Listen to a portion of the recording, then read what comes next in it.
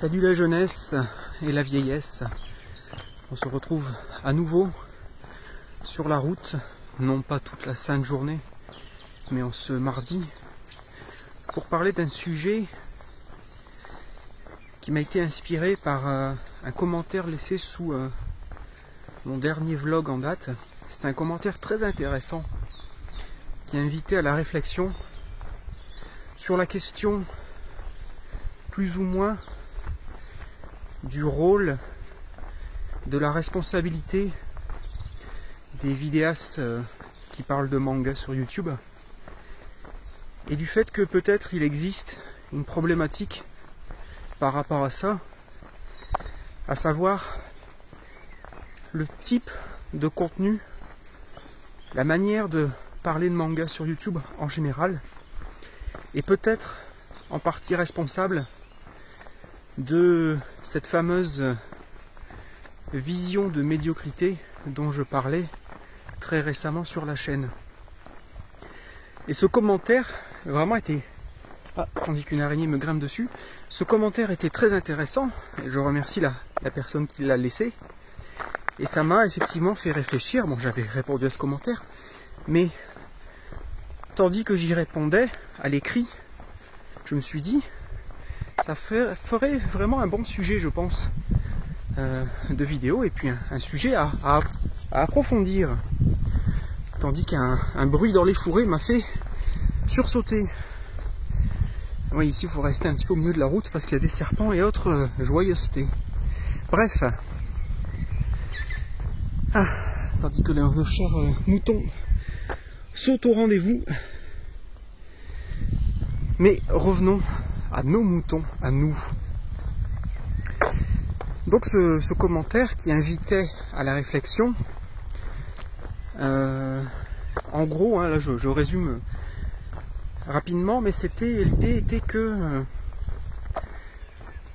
il y a certainement un problème sur YouTube, c'est avec tous les vidéastes YouTube qu'on a, que la plateforme nous propose, on reste très souvent dans le domaine de la présentation de manga, quelque chose qui va être très superficiel, voilà, qui va rester de fait en surface et qui ne va quasiment jamais prendre le temps de faire des vidéos longues, de rentrer vraiment dans le détail, de parler par exemple d'une case en particulier, d'une page en particulier, du découpage, etc.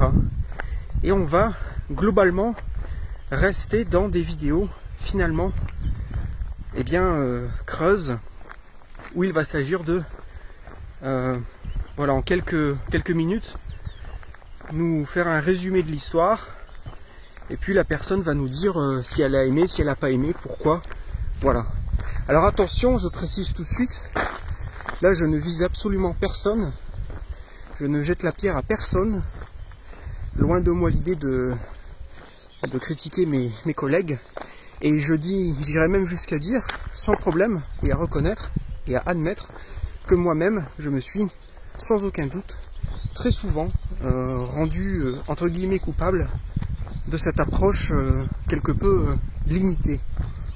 Même si l'expérience aidant, j'ai tenté de m'en éloigner autant que possible. Et les plus assidus d'entre vous, je pense, le savent. J'ai notamment essayé de me cultiver moi-même sur tout l'aspect graphique des mangas pour pouvoir en parler au moins un minimum, puisqu'à la base, je n'avais aucune connaissance dans ce domaine. Ce n'est pas une excuse, c'est simplement c'est un fait. Voilà, donc j'insiste lourdement, hein, je ne fais pas cette vidéo pour critiquer qui que ce soit. Et je comprends également que, selon les types de youtubeurs, les gens qui font des vidéos, tout le monde n'a pas envie de faire une vidéo qui va être soit longue, soit très détaillée, etc. On peut tout simplement avoir envie de faire une vidéo pour parler d'un manga qu'on a aimé, partager sa passion au sens littéral du terme, et c'est très bien, chacun fait ce qu'il veut sur sa chaîne, ce n'est pas vraiment le sujet.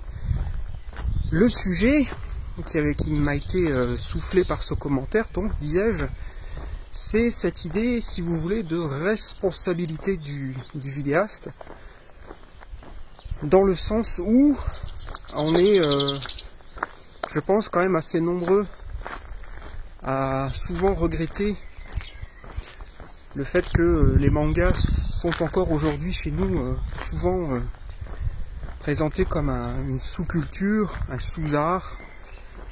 Les mangas ne sont pas des livres, etc. Voilà. Et dans le même temps, on peut effectivement donc constater que les premiers qui pourraient ou devraient pas défendre, mais montrer justement que, eh bien non, les mangas, ce n'est pas forcément un sous-art, un sous-genre littéraire, une sous-culture, que sais-je encore. Mais les mangas peuvent être, à l'image d'autres formes d'art, peuvent être très complexes, profonds. Beaucoup d'entre eux demandent un travail colossal, que ce soit au niveau scénaristique, au niveau graphique, etc. Et finalement, donc, assez peu de gens, il me semble, il est vrai, en tout cas sur YouTube, proposent du coup cette approche minutieuse, réfléchie, approfondie, etc. du manga.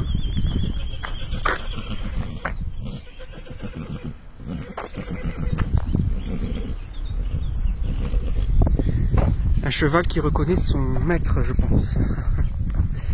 Bref, désolé pour cette interruption. Donc, effectivement, on pourrait s'interroger là-dessus, sur cette idée de responsabilité des vidéastes manga, et se dire finalement, est-ce qu'il n'y a pas un fossé qu'il faudrait combler? Est-ce qu'il n'y a pas un paradoxe, à savoir le fait que les gens qui se présentent comme soit spécialistes, soit tout simplement passionnés, sont dans le même temps souvent des gens qui soit n'ont pas les outils de la critique, de l'analyse, qu'elle soit verbale ou graphique, et donc ce sont des gens qui, comme je le disais précédemment, vont rester dans le superficiel, dans le vite fait. Aujourd'hui j'ai lu ce manga et franchement c'est trop de la balle, il faut vraiment le lire, j'ai kiffé et wesh, c'est bien. Voilà, je caricature énormément bien sûr, hein, mais c'est pour que vous compreniez vraiment de quoi je parle. Et encore une fois, je ne veux pas jeter la pierre, parce que, et comme je le répondais notamment à ce commentaire, je comprends tout à fait déjà que tout le monde n'ait pas les moyens, les connaissances de faire ce genre de dépasser en fait cela et de proposer des critiques ou des analyses de niveau voilà, entre guillemets professionnel ou universitaire, ou d'avoir un vocabulaire riche, adapté, pertinent, qui va permettre d'essayer d'aller au fond des choses. Donc tout le monde n'est pas capable de le faire. Tout le monde n'a pas ces armes-là, entre guillemets. Je pense que ça dépend beaucoup de l'éducation, de l'âge, de sa propre curiosité. Et puis aussi, surtout, ça demande un certain recul, je pense, par rapport à soi-même. Et comme je le disais tout à l'heure, moi-même, j'ai tout à fait conscience que pendant longtemps sur ma chaîne, mes vidéos étaient vraiment, elles étaient succinctes, elles étaient superficielles, Alors qu'à l'époque, je pensais faire des choses assez abouties, mais je sais pertinemment que si je regarde ces vidéos aujourd'hui, ça va être insupportable de superficialité, avec des vidéos qui font 3, 4, 5 minutes, pour parler d'un manga qui en mériterait largement le triple. Et donc je pense qu'il est effectivement intéressant de se poser cette question-là, d'essayer d'avoir cette réflexion, d'essayer de prendre un peu de recul par rapport à ce qu'on fait en tant que vidéaste YouTube, manga, et de se dire finalement, est-ce qu'à ma manière, est-ce qu'à ma petite échelle, je ne participe pas en fait à la... comment dire, au fait que les mangas sont encore d'une certaine manière bloqués dans cette espèce de sous-genre pour beaucoup, en tout cas pour le grand public.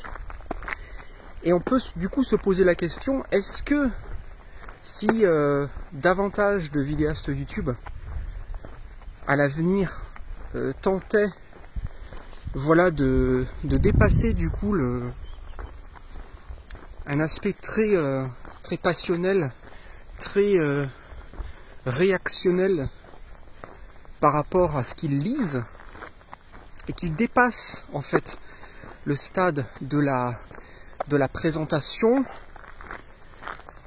du compte-rendu de lecture, et qu'ils aillent plus vers, non pas nous parler de ce qu'ils ont lu, nous dire voilà j'ai lu tel ou tel livre cette semaine, ça parle de ça, c'est bien, c'est pas bien, je conseille, je déconseille, et qu'ils aillent plutôt vers des choses telles que pourquoi j'ai lu cet auteur.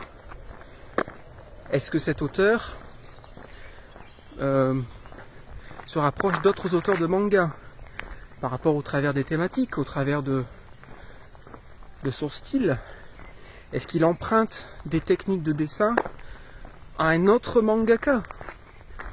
Donc aller plus vers le pourquoi j'ai lu ça, pourquoi c'est intéressant de le lire, qu'est-ce que ça va apporter à ma culture personnelle. Bon alors moi j'essaye de le faire, je ne dis pas que j'y arrive, et mais j'ai conscience que c'est difficile, hein, bien sûr, parce que ça demande beaucoup plus de temps, ça demande plus de réflexion. Et également, il ne faut pas se mentir, avoir une telle approche très sérieuse, entre guillemets, et analytique par rapport au manga, ça va à l'encontre de ce que YouTube va récompenser en matière de vues, en matière de référencement.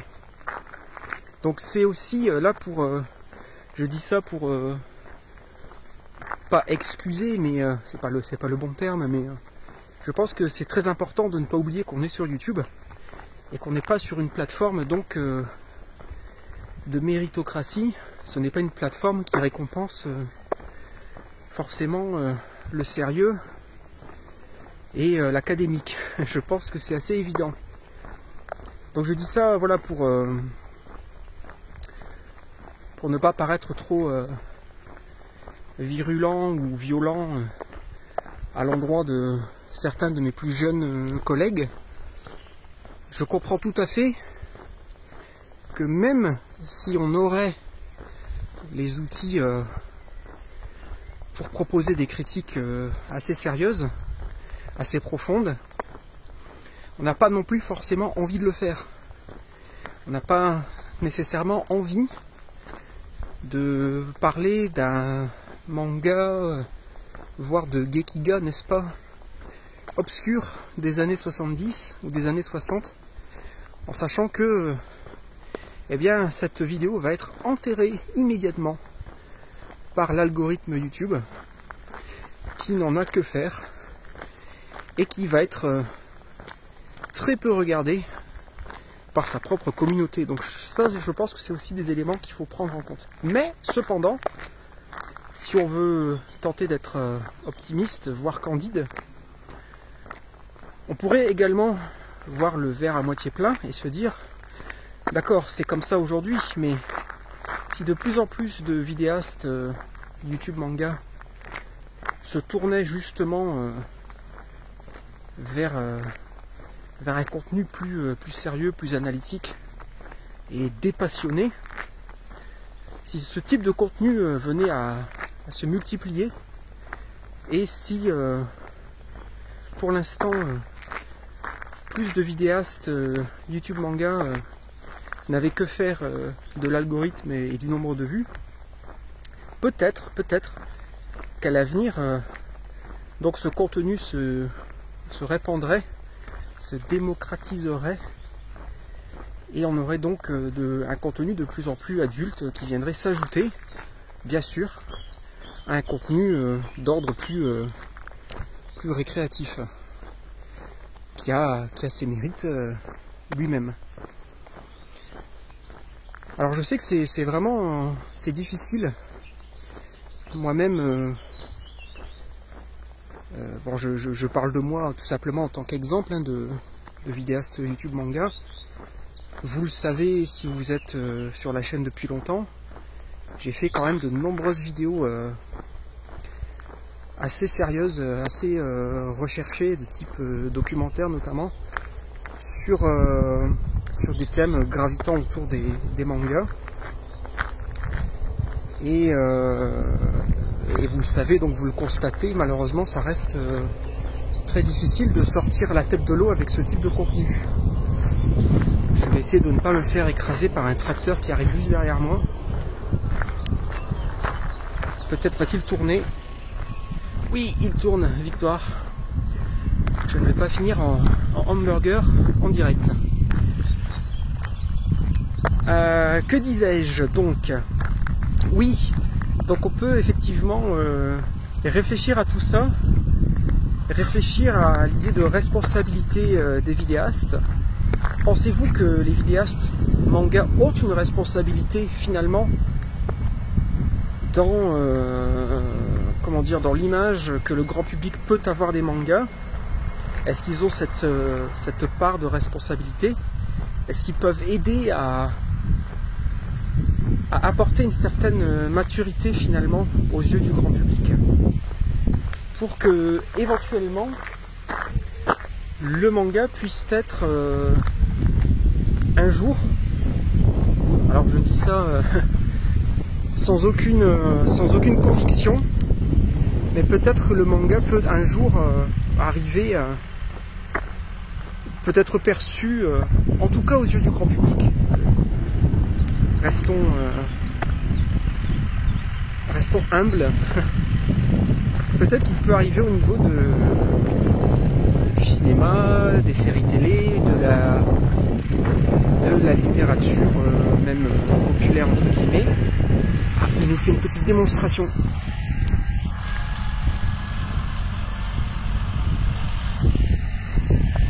Bon, revenons à nos oignons et à nos moutons. Et alors bien sûr on pourra même penser au fameux combat éternel entre ces fameux influenceurs contre les youtubeurs. Donc personnellement, s'il faut mourir au sommet d'une colline, eh bien je mourrai sur celle-ci. Je ne suis pas un influenceur, et si vous n'êtes pas d'accord, je vous invite immédiatement à aller voir la définition de ce néologisme sur Google. Voilà, je ne suis pas un influenceur, moi je ne suis pas là pour vous influencer de quoi que ce soit. Moi je suis là, je me catégorise beaucoup plus dans la section des critiques entre guillemets, même si là aussi j'aurais un peu à redire, parce que le mot critique amène un danger de, comment dire, Voilà. Enfin, on peut vite être perçu comme quelqu'un d'égocentrique ou de quelqu'un qui se la pète, si vous me permettez l'expression. En tout cas, moi je suis là plus pour vous donner des conseils de lecture et j'essaye autant que possible d'expliquer pourquoi tel ou tel manga est intéressant. Et j'essaye autant que possible justement de dépasser le stade du résumé, du simple résumé. Voilà. Mais effectivement, ça pourrait être un autre sujet de vidéo, un autre débat, mais la question des influenceurs manga ou des influenceurs tout court, quel est leur rôle à eux, quel est le pouvoir qu'ils pourraient éventuellement détenir dans ce glissement de la perception qu'a le grand public des mangas. Potentiellement ça pourrait être un sujet intéressant aussi. Mais bon, si je me lance là-dedans, la vidéo va faire 45 minutes. Bref, et bien sur ce, je pense que je vais vous laisser. J'ai essayé potentiellement et malheureusement et maladroitement de faire le tour un petit peu de cette question de la responsabilité des vidéastes YouTube manga. Pensez-vous, vous aussi, j'ai envie de dire, qu'effectivement et malheureusement, il y a encore un manque assez flagrant de maturité chez beaucoup de vidéastes manga. Alors je ne parle pas de maturité seulement par rapport à l'âge, hein, ça peut être une maturité de compréhension par rapport aux mangas eux-mêmes, par rapport à ce qu'on veut faire. Et j'insiste une nouvelle fois, là je parle bien sûr des vidéastes manga qui ont un minimum la prétention de justement de parler manga de manière un peu sérieuse.